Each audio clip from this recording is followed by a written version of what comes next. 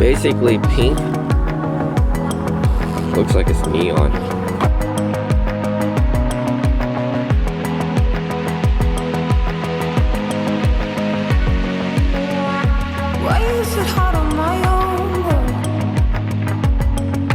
Somewhat flexible because this isn't going to be long enough, so I'm going to try and ring this all around as much as I can on the parts of the doors, so that way the solution can go and hit as many crevices on that door as it can.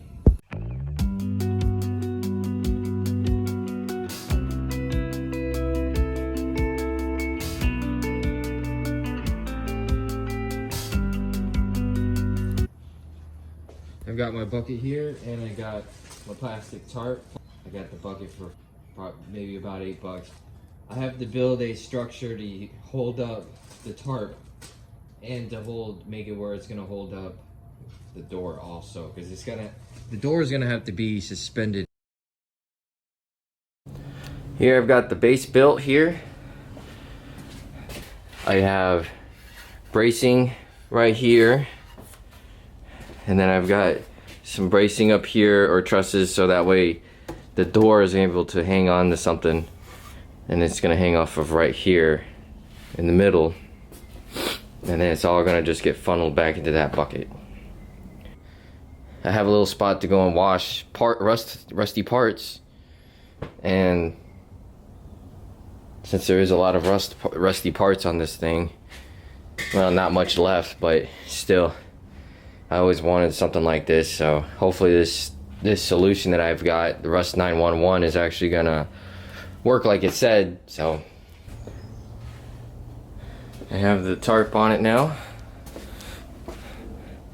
and see how I put it where I had like 2 feet off, hanging off the edge here, and then I overlaid it onto the top so it would not evaporate as bad, and it still kind of catch it and come back down. I put a whole lot of screws here to hold the parts on. I put a lot so that way I didn't have to keep trying to adjust it in one spot if I only put one screw. That way I could tweak whatever part I have in here that I'm trying to get cleaned up. But as you can see, it goes right into the bucket. And so what I'm gonna do is I'm gonna put some bricks in here, like so, to hold that drop cloth here, plastic drop cloth, so that way it don't fall over the edge of that. I also thought about trying to go get a bigger bucket, a wider one, but we'll see how this one works. If I need to, I go get a bigger one. Alright, so I have 2 gallons of hot water. So I'm gonna pour that in here first before I mix the concentrated solution there, so that way I can see where it's shooting at and it ain't spraying in my face, the chemicals and everything like that. But I mean, the stuff that the Rust 911 says that it's biodegradable and not harmful to people if you get it on the skin and everything, but you know, I'm not taking a chance, and I don't want to waste it going spewing everywhere, so I'm just gonna try it out with the hot water first, just straight hot water.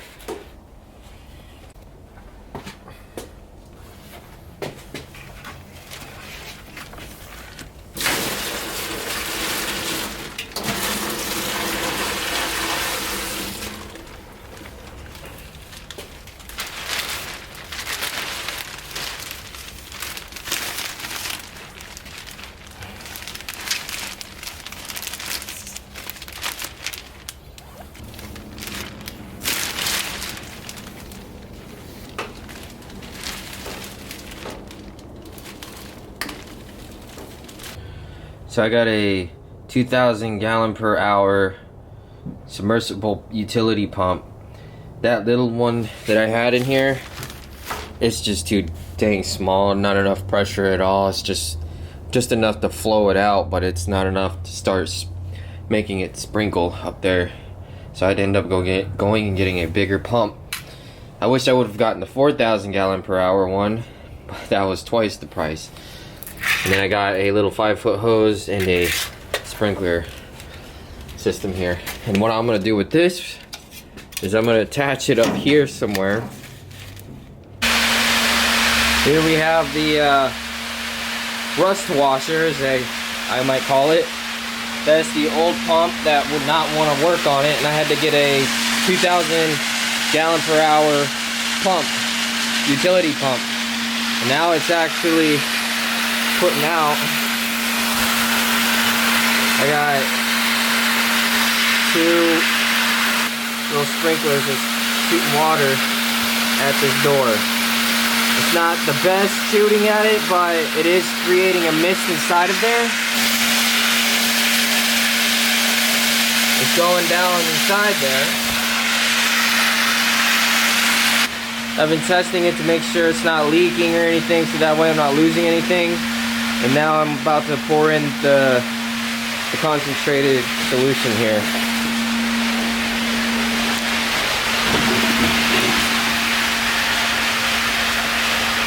Makes 16 gallons.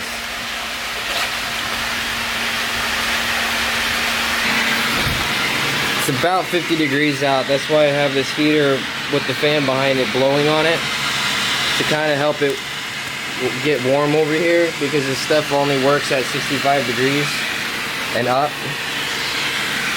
And so, as you can see, some of it's got brown. It's turning brown now. That means it's working pretty good.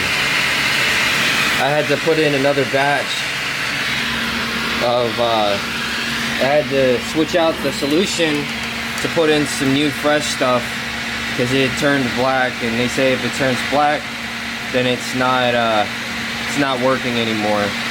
But you can kind of see it. It's like right there, it's already turned back to regular metal, but some of it below isn't turning back just yet. But I don't know if that's paint either. But it's gonna run for a couple of hours is what I'm trying to go for again. The last batch of fluid, about 7 hours or so before it totally turned black. That's the level of fluid in it right now, which isn't too bad, because I had to get away from that bucket because it was too big, and it was actually sucking so much fluid up into it to spray down up in here that it was going down to, let's just say, about right there, and the pump wasn't wanting to pump anything until it recirculated back when it was in that bucket over here. So what I did was I just said, hey, I gotta put it in a 5-gallon bucket, but then I had to end up putting it on tires because the bucket was just too tall. But I mean, I'm making it work.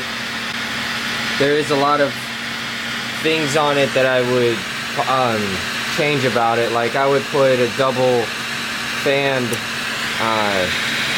water sprinkler on like each side inside of there, and just making it where it would constantly fan, and making the stilts here another foot higher. The tires were on hand, so you know, why not use them?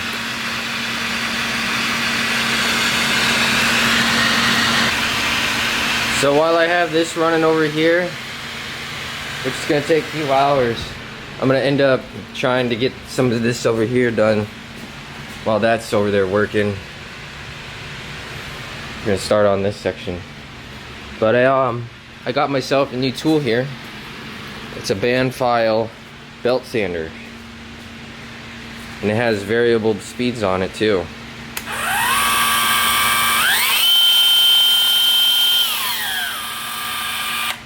Claims it's got 90-minute runtime on it, but I'm wondering if that's on low speed constantly, and I'm wondering what battery they came up with that one on.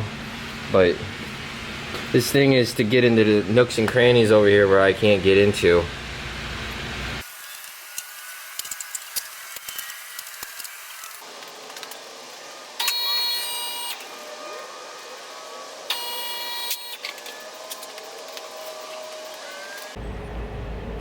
The trick here is to get a grinder, and you just slightly graze or slightly grind off the paint, and you'll see where the spot welds are, or at least at least the majority, because not every single one of them are going to show up. But like right here is a tiny one, like I barely noticed, and I just noticed it right now. Here's another one. Now, if it doesn't want to come off, you got to get a screwdriver and then start prying it, and then you'll see where it's connecting, and then that's where your spot weld is. All right, we got that inner cab corner out. Looking crusty. Look at that crap. Disgusting. All right, so I placed the inner cab corner in where it used to be after I cut it and dropped it. So what I'm going to use this as is a template to get this from this cab corner to the cab, which is part of the lower body mount here. Then when I put the new cab corner in, then it'll just sit right on the top of that, and it won't be as hard to try and structure up.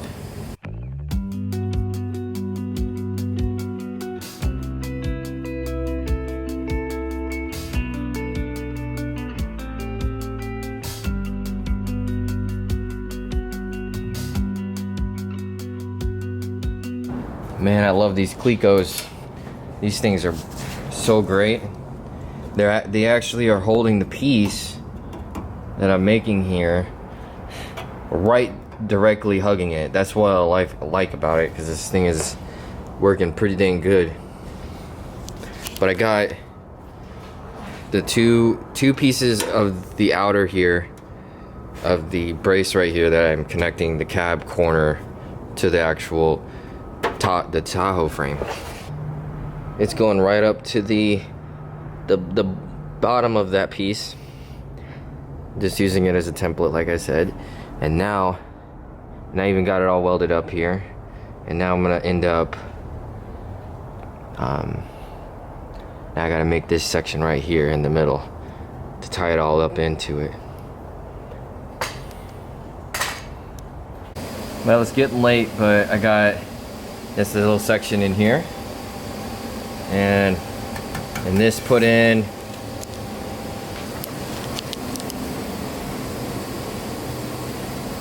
Got it welded in. I even trimmed a little section off, and I'm gonna actually use this as a little bit of a guide to see where I need to cut it on here, or at least a general idea. Now I'm just gonna place it right where it kind of lays. Alright, we got her test fitted here.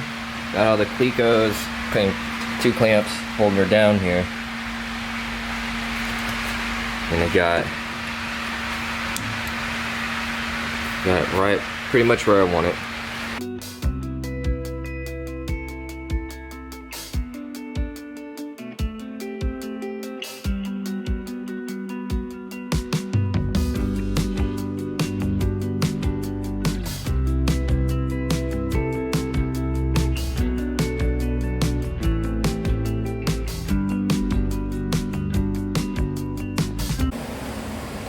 Got it tack welded, and then I did the cut and butt. And here's the piece.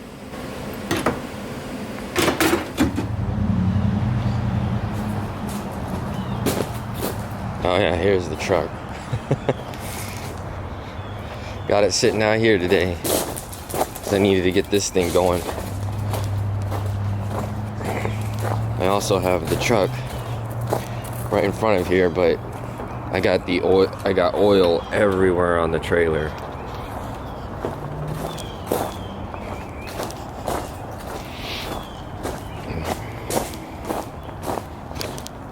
So that's the deal. That's the plan today. We're gonna get this thing parted out. I'm also taking that engine and transmission out also today. That was the deal. He wanted the engine, the guy I got it from, my buddy, and taking that out for him, and then I get to keep the rest of the truck.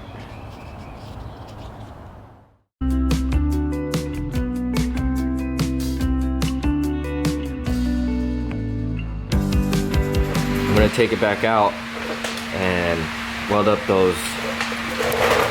these edges here, and then reinstall it and go back to welding on it.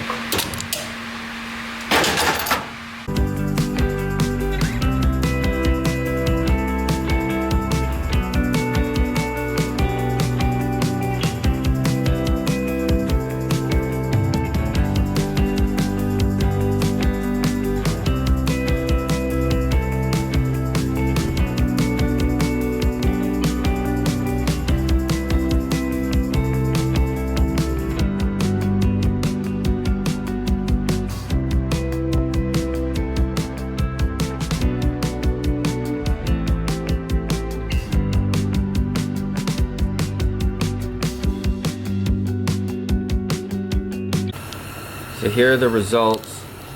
It's not, I don't believe that the sprinkler system got in all the crevices because it was only able to go into shoot from one spot, but it did get pretty good. You can see right here. I mean, it was a lot thicker rust right there also. But I have the heater here. Evaporate all the water on it because I just rinsed it off, took it out of the bath there. I mean, overall, you have to kind of, you have to really clean it. It didn't get all the rust off. As you can see, I honestly think it'd be better if I put it in a pool, like a little kiddie pool. But you learn. Right there is where the paint was rubbed off. But then this is paint right here around it. I think this is rust on top of paint, which is weird, but as you can see right there, it did get it. Even this side was pretty good. You can see right, it didn't get it all. Like right here also, that's pretty good. Spot right there that got cleaned. All right, here we have the door dried up, and now this is after it's been in that bath for about, let's say 12 hours, 2 rinses. It didn't get it all off, but it did get the majority, at least 60%. As you can see, it did it pretty good up in this door right here, but it didn't do anything much down here at the bottom of the door. And it still has some on the sides. So what I'm gonna end up doing, I'm gonna try the navel jelly out now and go with this one first, or this one. It's $8, $8 or $9 over at Lowe's, and it's basically jelly, and you dab it on, and then you let it set. It says for 15 minutes, but I'm gonna let it set for a little longer on some areas, especially like right here in this area. It's basically pink. Looks like it's neon.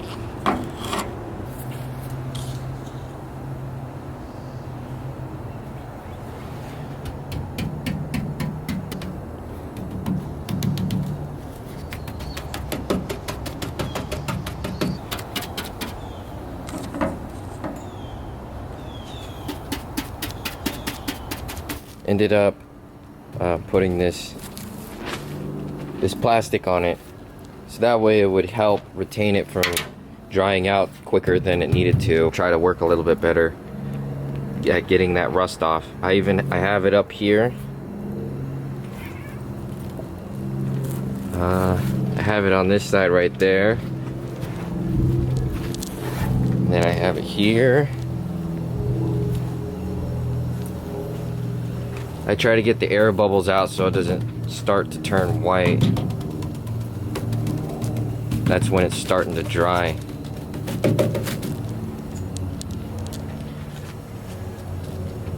Alright, so here's the door after putting that navel jelly on it. It did do a little bit better. Still didn't get the majority off.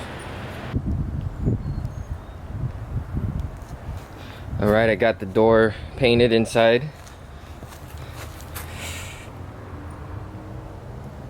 there with some paint. Sorry, painted it with some rust paint.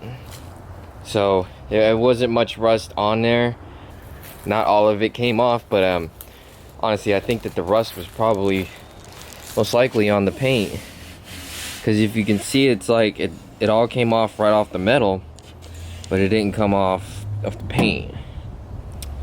So I believe that's what it is. So I didn't paint this section because I'm gonna sand it, get it smooth looking.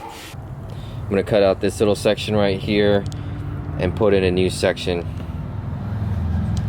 just because it was pretty bad on this lower end. It's already gone through right there, and it's pitting in some of these areas. Got that clecoed in. I'm gonna let the paint dry here, and then I'm gonna go and weld all this up. It is a lot better than what it was. Probably at least 80% better than what it was. So here's the other door, and you can see how rusty it is. It's flaking. There it is. Here's a good shot of how rusty it is. Okay. There's how rusty it is. This door is 10 times better than the other one. Here's part of it. That's how bad it is on that door, and you see how it creased over, and then you can see it's basically rotted through, and somebody tried to put Bondo over it.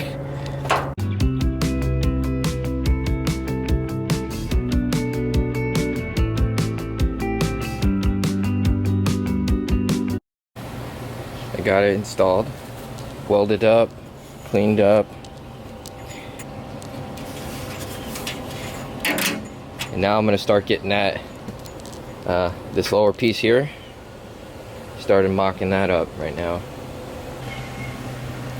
I got the lower piece just laying here.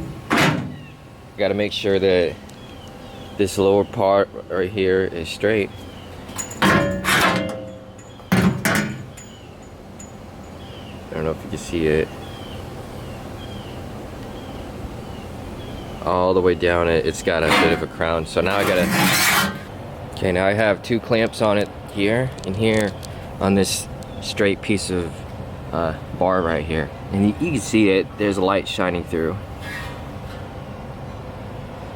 And that's the crown. So I'm just gonna knock it back to getting straight there. I got it straight as I can. Not as much sunlight coming through. Got a little bit there, but it's actually pretty dang straight. So we're gonna go with what it is right here. Going back to my reference points that I have right here. Surprisingly, they didn't come off when I was giving this thing giving that thing a bath, the door here. Surprised it didn't come off, but it did say it wouldn't affect paint. That's probably why the paint's still there, and the rust didn't come off because it was on top of the paint. But I still have my marks, and I'm just gonna go off of that now here.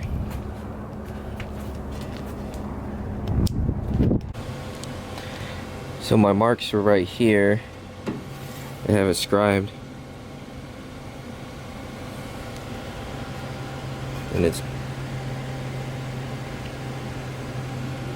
I have it butted right up to it, almost overlapping. And then I have it right on 13, and there's the scribe mark. It's just a hair below or above it, but that's super dang close. And then I had the measurement here. I hit this spot, and then it just rests over there. I have it pushed all the way forward. And then I made a height mark right here. I even scribed that, and that's the mark right there. And I went right below 11, and that's right on 2. And I did the same thing on this side. And I went right below it, and that was on. So I ended up tacking it. I tacked it on here. I even have it clamped right here for reassurance, and I have it right here. I'm about to make another one right here so it doesn't want to shift back and forth and mess it all up.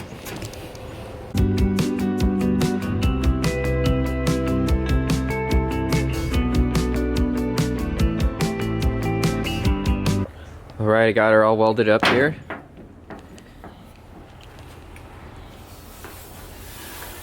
Grinded that down all the way.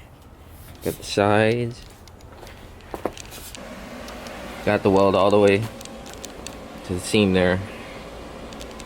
And now I'm gonna be getting the front done now.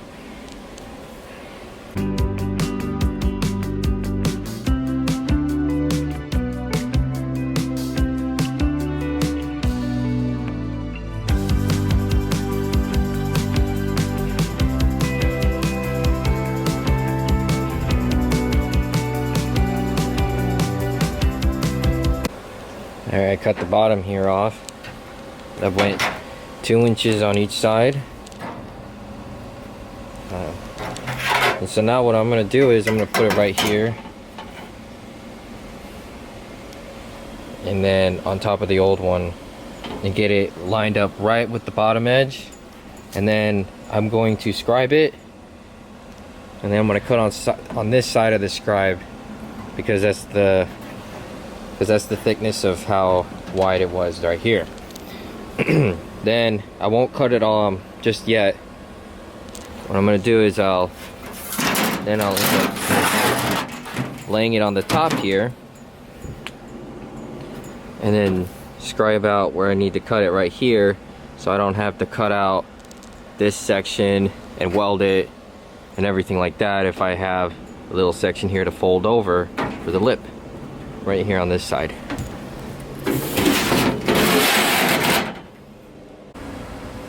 I got the bottom piece here cut out,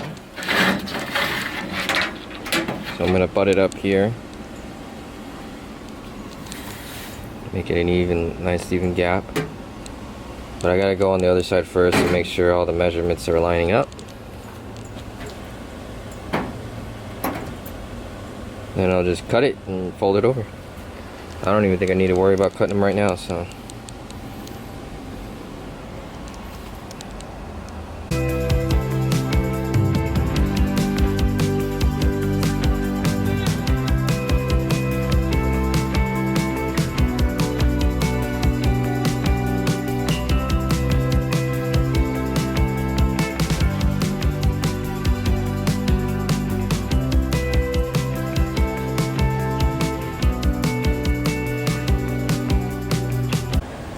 Alright, I got the piece in there and beat the seam back down all the way. As you can see right there. And then I welded those gaps on both sides.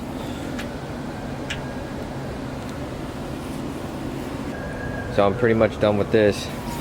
Finally, this thing took forever. And that's it for part 2.